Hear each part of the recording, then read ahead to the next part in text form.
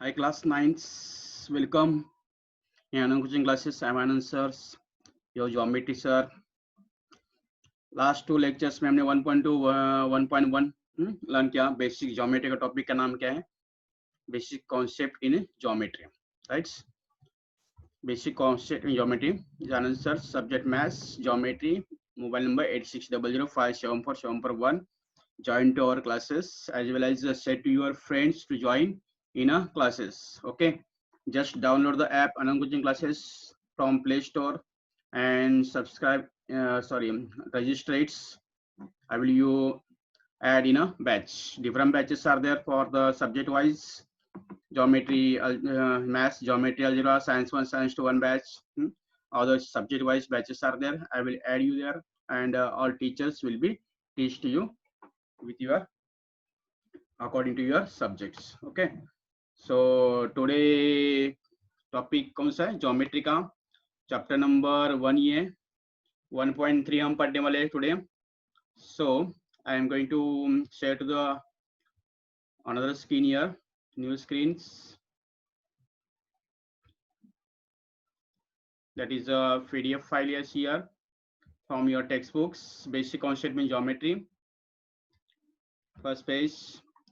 Next we learn the 1.1 coordinate points, how to find the distance there. याद है सबको ना?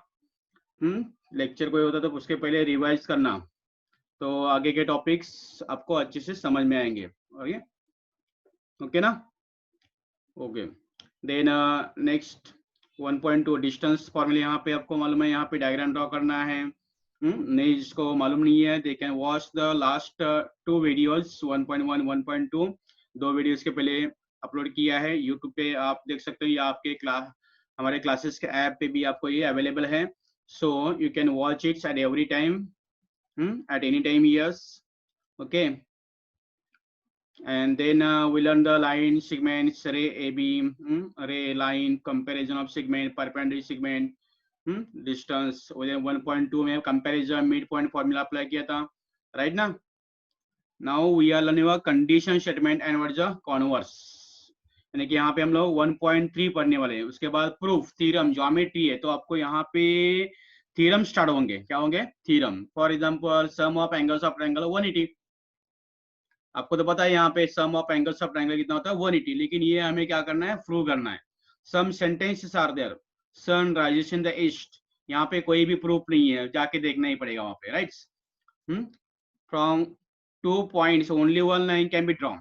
तो 2 पॉइंट वहां पे एक लाइन ही ड्रॉ कर सकते हो, राइट ना? ये आपको ड्रॉ करके दिखाना पड़ेगा. वहां पे कोई भी प्रूफ नहीं है. तो क्या हो गया? Indirect proof.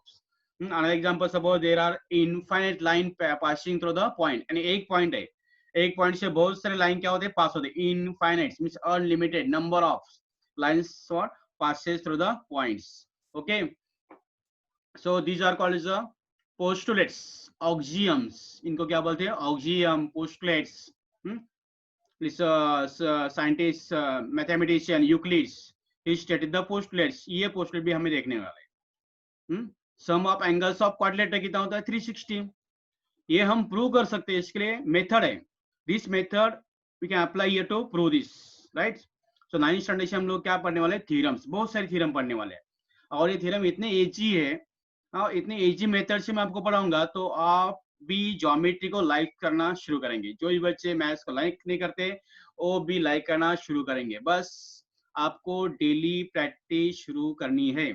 डेली प्रैक्टिस होनी चाहिए आपकी. Okay, let's start to this lecture by sharing your new videos here, new screens. Again welcome. I am now heading to me. Hide करो क्या? नहीं. Okay. Same. तो next यहाँ पे in front of you, see here, conditional statement and was a converse. अभी conditional statement यानी condition होती है. If rain fall in Virar then I will not go to the school. If and then यानी कि बारिश आएगी तो मैं जाऊंगा नहीं, राइट ना? बाहर कोरोना है, जाऊंगा नहीं। If outside corona, then I will be at home, right ना। if and then, यानी ये क्या है, कंडीशन स्टेटमेंट। यहाँ पे if then का यूज होता है। व्हाट इज if then, उसका कॉन्वर्स। एंड देन वाला सेंटेंस हम पहले लिखेंगे और if वाला सेंटेंस बाद में लिखेंगे, तो क्या बनेगा वो, कॉन्वर्स। क्या बनेगा, converse. The statement which can be written in the if then form are called conditional statement. याद रखो क्या है, यहाँ पे क्या रहा है, the statements which can be written in if then form. जहां पे if और then फॉर्म होता है वहां पे क्या होता है, कंडीशनल स्टेटमेंट है। क्या है, conditional statement. Next, the part of the statement following if is called antecedents. इसको हम गिवन भी बोल सकते हैं। क्या, given. This part is also called as a given. ये जो पार्ट है यहाँ पे, इसको हम क्या बोल सकते हैं, गिवन भी बोल सकते हो इसको।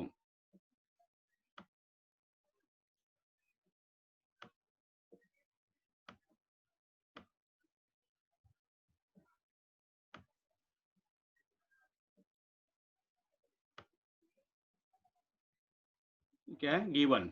Okay, I am trying to write here on the screen. The part following then is called consequent. Antecedent is a given part and then के बाद जो भी पार्ट रहेगा उसको बोलेंगे कॉन्सिक्वेंट। मतलब इसका टू, इसको क्या बोल सकते हैं, टू प्रूव, जो हमें प्रूव करना है, to prove.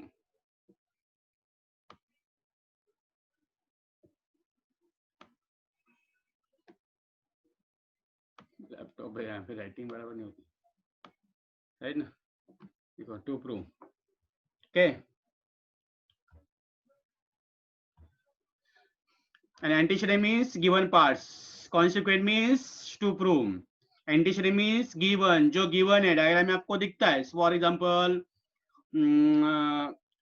the triangle, sum of angles of triangle is a 180। if the triangle, so if in triangle the given figure is a triangle, the sum of the angles of triangle angle is a 180 degree। if the triangle, if it is geometric figure is a triangle, geometrical figure is a triangle। if geometrical figure is triangle, ये क्या हो गया, antecedent, यानी कौन है, triangle है। तो prove क्या करना है आपको, to prove.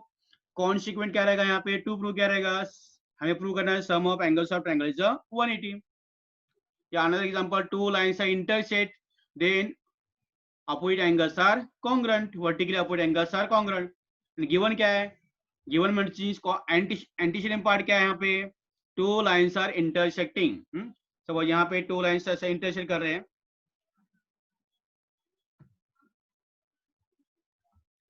Two lines suppose intersecting, this is line number 1, line number 2 are intersecting here at point, this is given parts। और हमें प्रूव क्या करना है, दिस अपोजिट एंगल्स, इनको क्या बोलते हैं, वर्टिकली अपोजिट एंगल्स। यहाँ पे भी क्या है, वर्टिकली अपोजिट एंगल, ये एंगल और ये एंगल, इनको क्या बोलते हैं, वर्टिकली अपोजिट एंगल्स। तो प्रूव करना है हमें, this vertical opposite angles are congruent. This part is called the consequent part. जो प्रूव करना है उसको बोलते हैं कॉन्सिक्वेंट, और जो गिवन पार्ट उसको क्या बोलेंगे, antecedent parts, or called antecedents। Do you understand this? ये किसके लिए है, conditional statements। The part of statement following if is called antecedent, then part is called consequence। Okay, then next, for example, consider statement, the diagonals of rhombus are perpendicular bisector of each other। ये statement दी है तो हमें इसको conditional statement के form में convert करना है।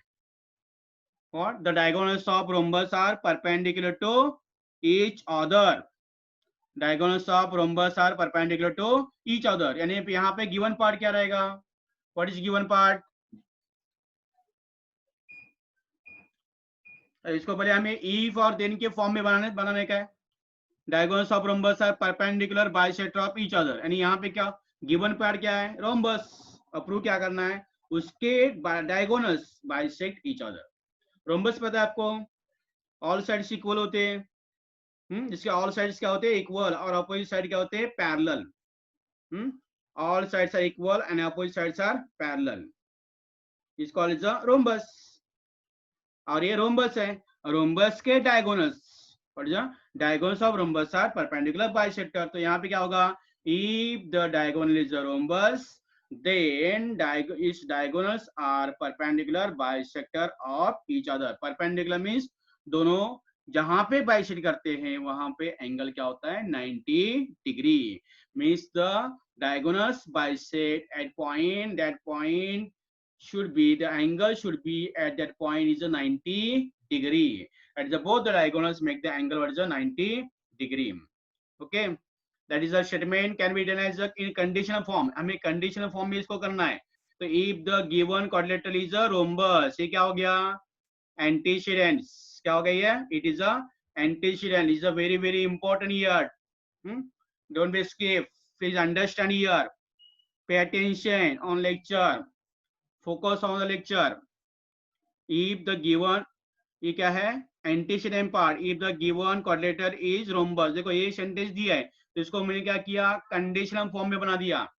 This given statement I convert into conditional statement, that is if the given quadrilateral is rhombus then के बाद जो पार्ट रहेगा उसको क्या बोलेंगे, consequent. After then the part remaining part is called the consequent. Its diagonals are perpendicular bisector of each other. That's conditional. This is a conditional statement.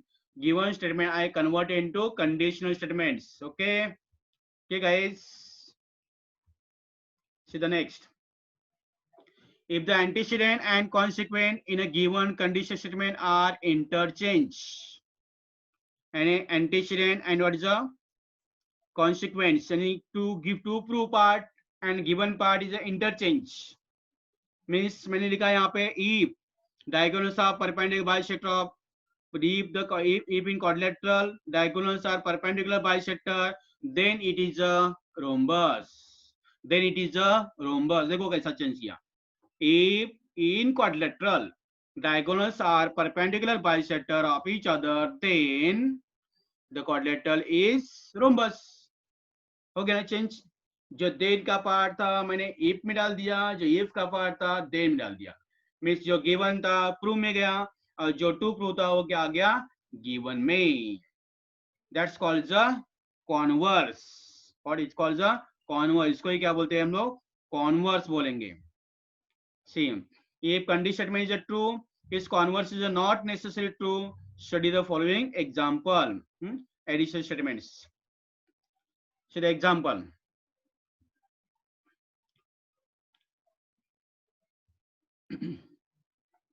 Conditional statement. If quadrilateral is a rhombus, then its diagonals are perpendicular bisector of each other. If quadrilateral is a rhombus, this part is called the what called consequence, antecedents, consequence. Then it is the diagonals are perpendicular bisector each other, right?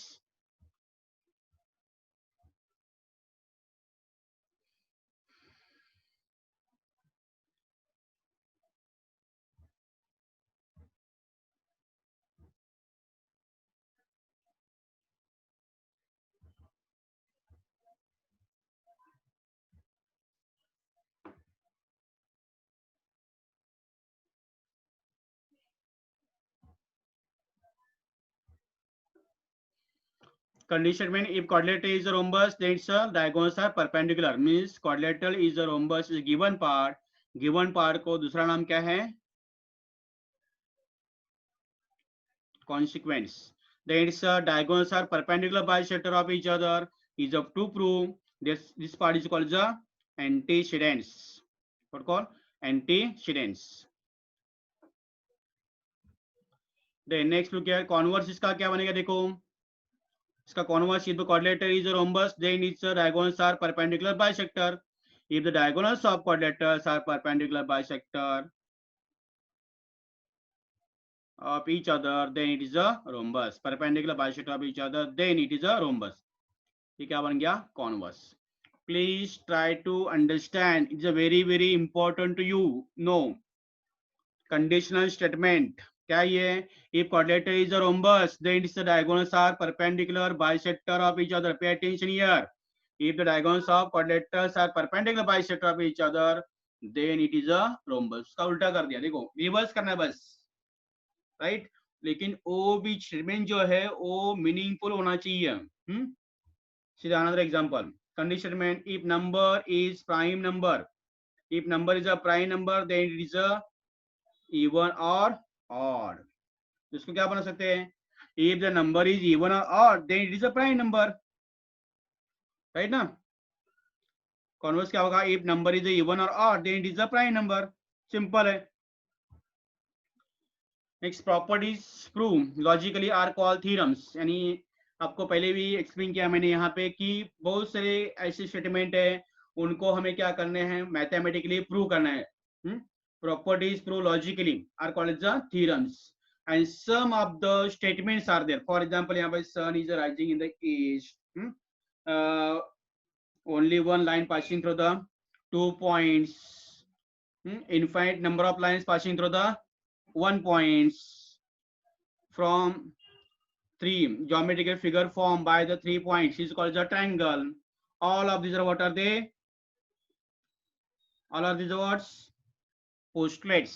Mean ये जो sentence है इसे as it accept करते हैं, उनके पीछे कोई भी प्रूफ नहीं है, लॉजिकली प्रूफ इसके पीछे नहीं रहेगी. No any logically proof, this we have to accept it as it is. कोई बोलेगा सन राइजिंग द ईस्ट, तो आपके पास कुछ प्रूफ है क्या? उसको देगा क्या करना पड़ेगा? उसको लाके दिखाना ही पड़ेगा. उसके सिवा दूसरा भी कोई ऑप्शन है क्या आपके पास? नहीं है, राइट ना? So it is called the postulates. What called? Postulates. Euclid postulates are given below. These postulates are here. There are infinite lines passing through the points, right? जो अभी बताया आपको. Next जो है, there is a one and only one line passing through 2 points. There is a one and only one line passing through the 2 points. Means 2 point या 2 point के बीच में एक ही लाइन ड्रॉ कर सकते हो, राइट ना? ये ड्रॉ करके दिखाना पड़ेगा, या कोई स्टेटमेंट ऐसा लिख के आप एक्सप्लेन कर सकते हो, लॉजिकली प्रूव कर सकते हो उसको? नहीं है. A circle of given radius can be drawn taking any point at the center. The circle of given radius, radius means क्या है? Radius of circle means distance between the center of circle and any point on the circle is called radius.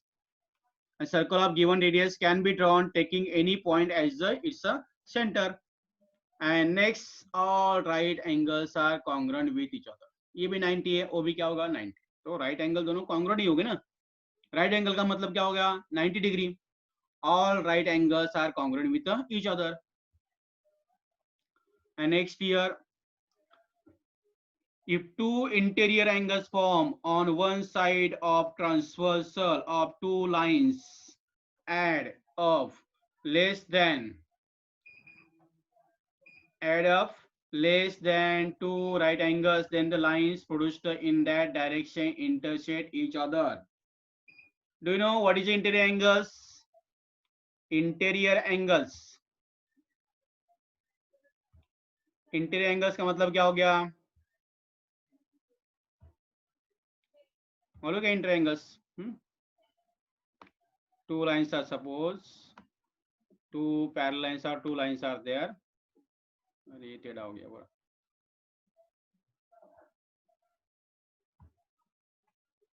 Is a transversal, then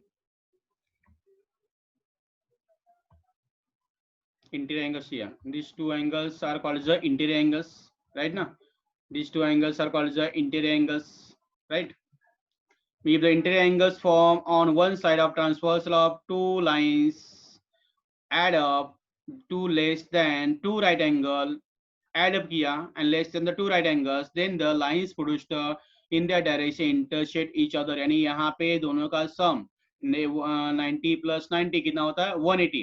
कितना होगा? 180. Transpose of 2 lines add up less than the 2 right angle. 2 right angle मतलब क्या? 180.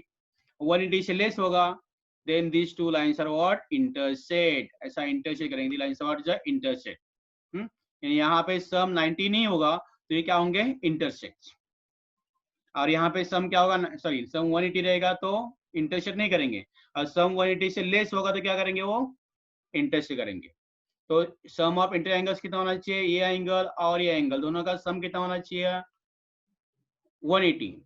तो ये दो lines दिख रहे हैं येलो कलर्स के, वो दो लाइंस पैरेलल होंगे, राइट ना। If two interior angles form on one side of transversal of two lines add up to the two less than two right angles, then the lines produced in that direction intersect each other. So note down this in your notebooks. They are axioms of Euclid's. What? They are the axioms of Euclid. ये आपको मालूम चाहिए, बस आपको knowledge के लिए important है।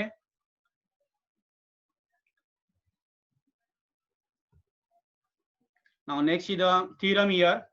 जो थ्योरम बोल रहे हैं, थ्योरम क्या antecedents consequent antecedent consequent antecedent means given, consequent means to prove, और जो मेथड अप्लाई करते हैं उसको क्या बोलते हैं प्रूफ। तो क्या देखो theorem, the opposite angles form by two intersecting lines are of equal measures.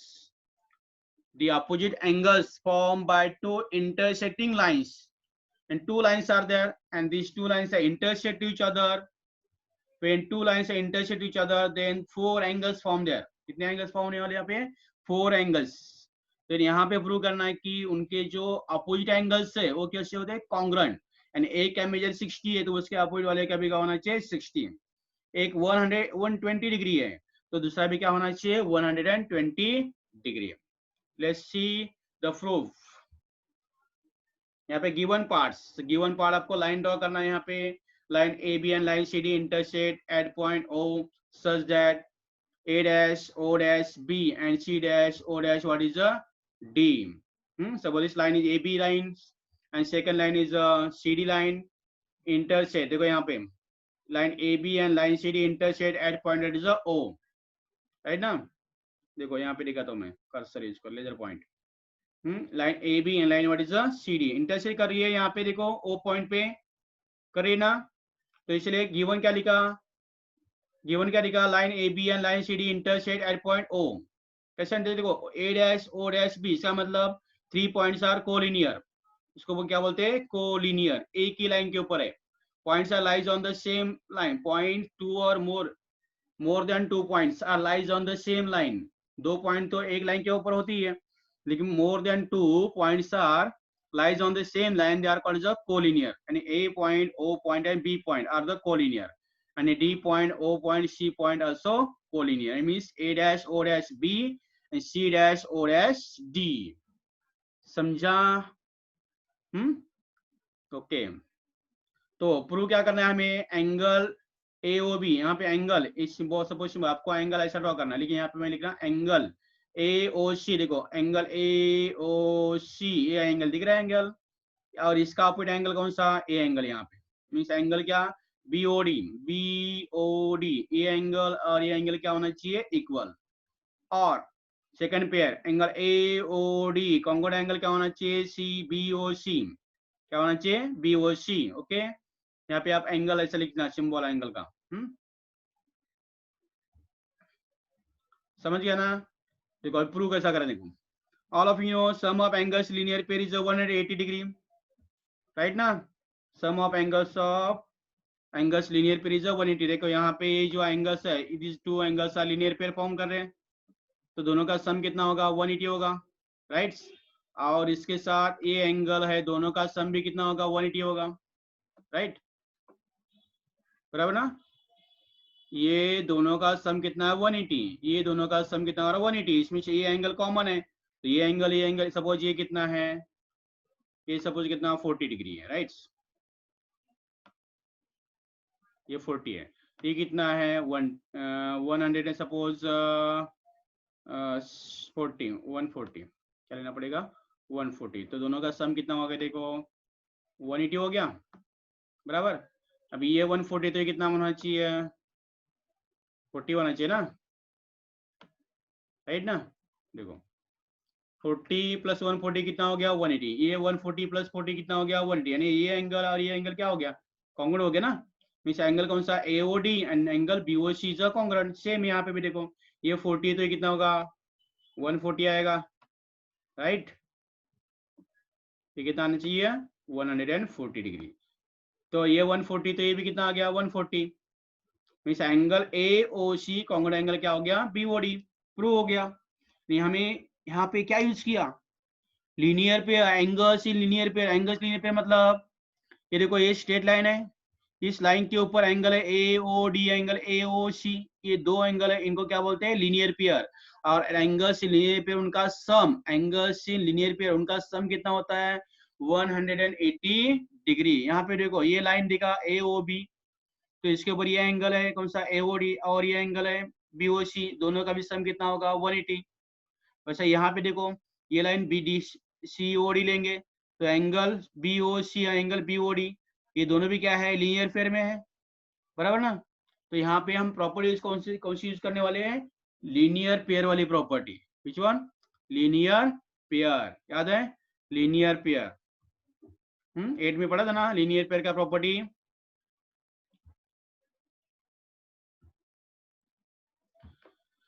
See the proof. Angle AOC plus angle BOC is equal to what 180 degree. लिखा फर्स्ट लाइन, रीजन क्या लिखा, रीजन लिखना, geometry है यहाँ पे reason चाहिए, angles in linear pair, इसको बनाया इक्वेशन नंबर 1। सच है यहाँ पे भी देखो angle, this one is the angle BOC plus angle what is the BOD is equal to also 180 degree. Angles in linear pair.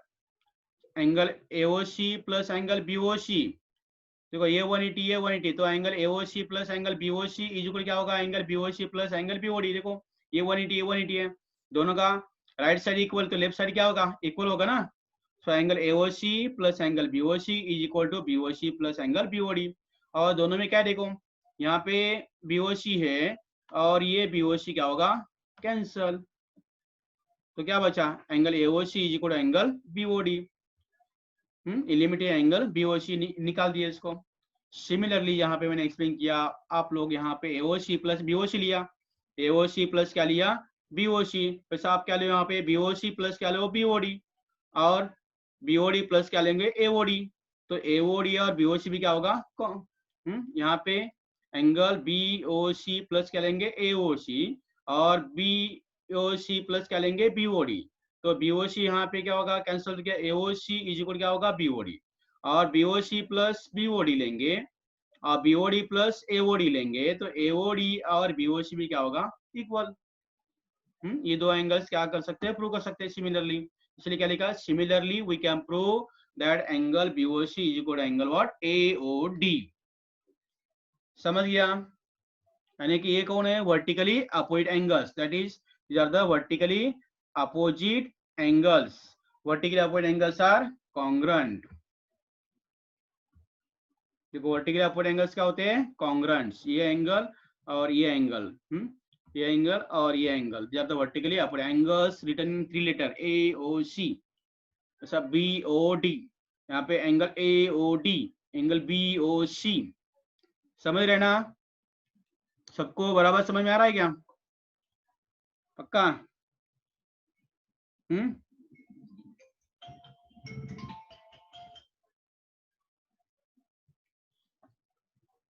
Okay, see next now।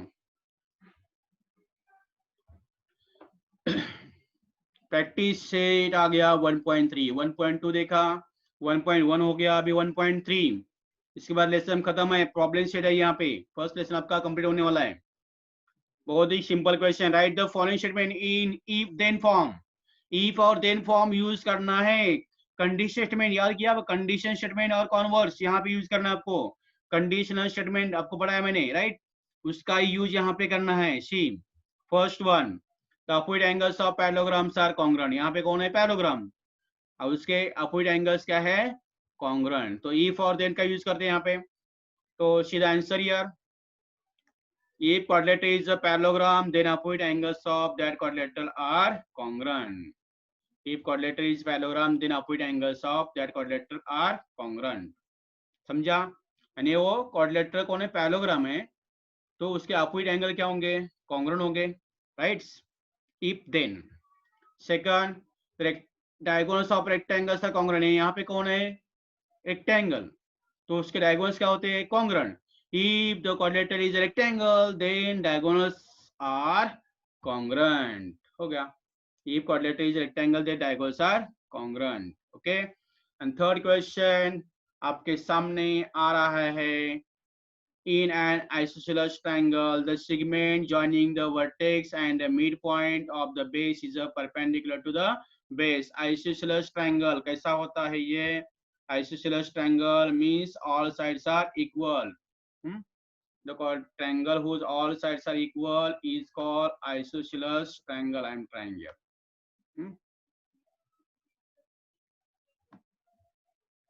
yes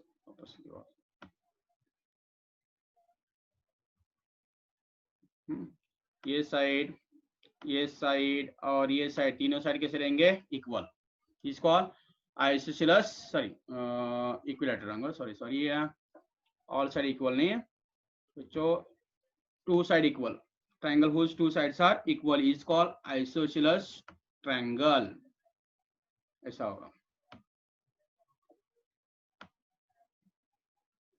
देखो ये side और ये साइड दोनों कैसे होंगे congruent. Then line joining the vertex, vertex यहाँ पे लिख रहा है, एंड मिड पॉइंट, इसका मिड पॉइंट यहाँ पे। तो line joining the vertex and mid point, तो ये क्या होना चाहिए परपेंडिकुलर टू द बेस, ये ऐसा। तो इसमें हम ई फॉर देन के फॉर्म में लिखना है, if an isosceles triangle, if it is isosceles triangle then line joining the vertex and midpoint perpendicular to the base।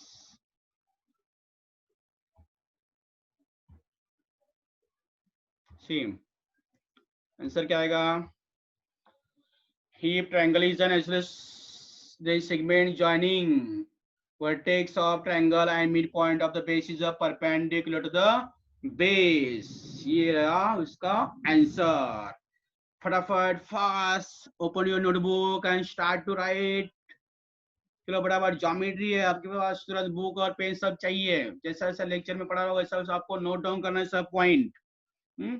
पढ़ना भी है, कुछ डेफिनेशन आता है तो तुरंत वहां पे बाइट करना है, ओके। ये स्टडीज का मेथड है। आपके पास टाइम नहीं, अभी सिलेबस बढ़ गया आपका, टॉपिक बहुत सारे हैं, आप ऐसे बैठे रहेंगे तो आगे पढ़ेंगे ऐसा, ओके। राइट नाउ कॉन्वर्स, देखो अभी कंडीशनल स्टेटमेंट उसका कॉन्वर्स करना है, आपको इफ और देन में चेंज करना है।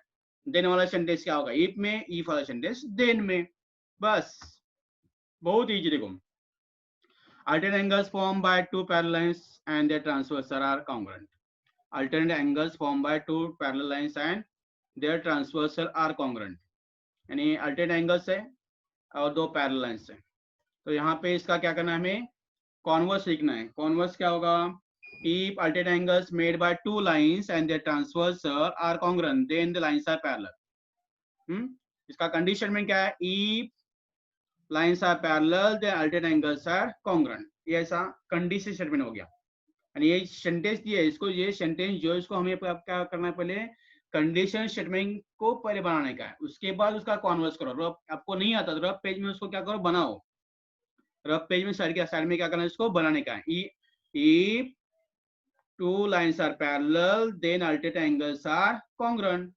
if two lines are parallel then alternate angles formed by their transversal and parallel lines are congruent, then if two lines are parallel and transversal intersect to them then alternate angles are congruent। तो इसको हम converse कैसे बनाएंगे, if alternate angles made by two lines and their transversal are congruent then lines are parallel। यहाँ lines are parallel क्या हो गया बाद में आ गया, इसको क्या बोलेंगे converse. Next E pair of interior angles, interior angle आपको बताया मैंने, दो लाइन के बीच में अंदर के एंगल होते हैं। चलो और एक बार बताता हूँ आपको,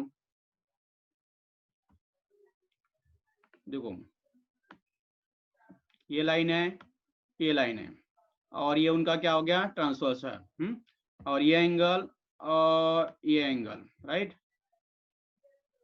ये एंगल को क्या बोलते हैं, ये जो दो एंगल दिख रहे हैं इनको क्या बोलते हैं, ये जो एंगल्स है दोनों इनको क्या बोलेंगे interior angles what call interior, और ये एंगल है ना, ये एंगल इनको क्या बोलेंगे, अल्टरनेट एंगल। समझ में आ रहा नहीं, ये देखो ये एंगल और ये इनको क्या बोलेंगे, अल्टरनेट्स, और ये दोनों क्या है, इंटीरियर। यहां से भी ये दोनों क्या होंगे, इंटीरियर्स। ये देखो ये दोनों क्या होंगे, इंटीरियर, ये और ये। तो यहाँ पे pair of interior angles made by transversal of two lines are supplementary, then the lines are parallel. Supplementary means दोनों का सम कितना होना चाहिए, सम कितना होना चाहिए, सप्लीमेंट्री का मतलब sum must be is equal to 18, नहीं एक जीरो आएगा यहाँ पे, 180 डिग्री। इनका सम कितना होना चाहिए, 180 डिग्री इतना होना चाहिए। Then lines are parallel. Okay,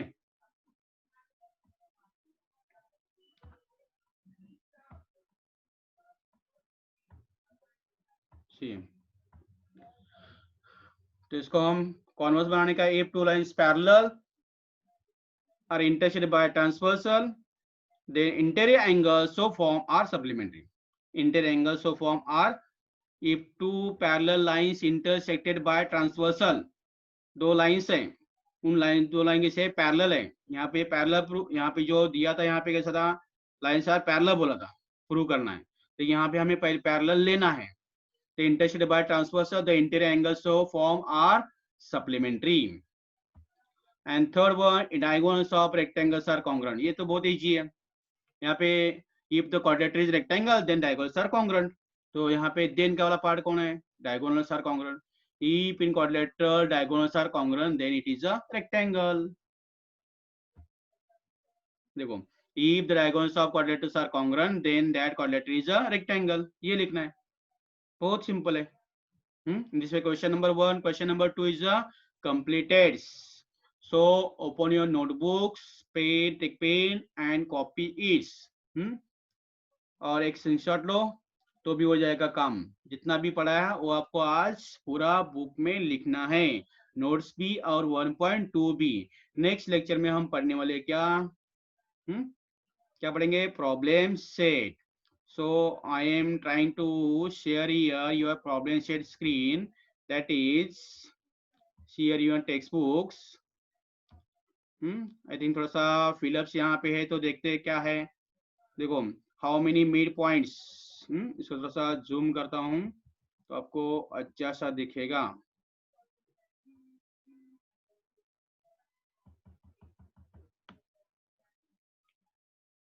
See how many midpoints does the segment have? Any segment there is a only one midpoints. क्या आएगा answer, only one. There is a only one midpoint. ये answer. Okay. How many points are there in the intersection of two distinct lines? How many points are there in the intersection of two distinct lines? Two lines are there intersect. Then points there is a one. How many lines are determined by three distinct points? How three distinct points are there? Crossing through three distinct points or three lines are there? देखो draw करके देखो, lines draw करो, determine three distinct points है, right. इसमें से line draw करो, कितना line draw कर सकते हो, 3। Distance A B, find distance A B, coordinate of A is A and B are, A coordinate -2, B coordinate 5, 5 is greater than 2, -2, so 5 minus -2 is 5, minus plus 5 plus 2 is 7, so answer should be what, 7. If p dash q dash r and यानी कि pq plus qr equal क्या होगा, pr, pq दिया है 2, pr दिया है 10, तो qr कितना आएगा, 80 आएगा। ओके, ये फाइंड करो बुक में देखो, और ये आपको चेक करना है। यहाँ पे क्वेश्चन नंबर 3 दिया है वो आपको सॉल्व करना है, क्वेश्चन नंबर 3। ओके ना, क्वेश्चन नंबर 3 आपको बताया था।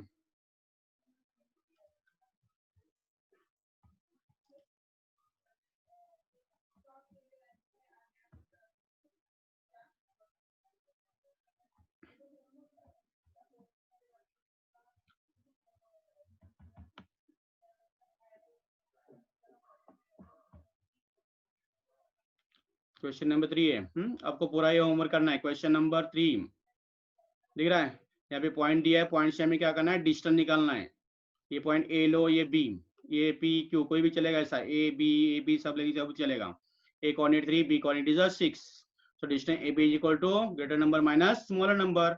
6 माइनस 3 कितना आएगा 3, यहाँ पे भी greater number -1 smaller number -9, so -1 minus 9 is equal to -1 minus plus 8 that is 7, कितना 8 आएगा, माइनस माइनस का प्लस 9 8, 5 माइनस 4 9 है यहाँ पे, 0 है माइनस 0 ग्रेटर है, x plus 3 x minus 3 x plus 3 is greater, यहाँ पे देखो ये आपको आना चाहिए, दोनों नंबर नेगेटिव है तो small number is greater, 80 and minus 85, 80 is greater, 80 minus minus 85, तो आपको क्वेश्चन नंबर 3 सॉल्व करना है। ओके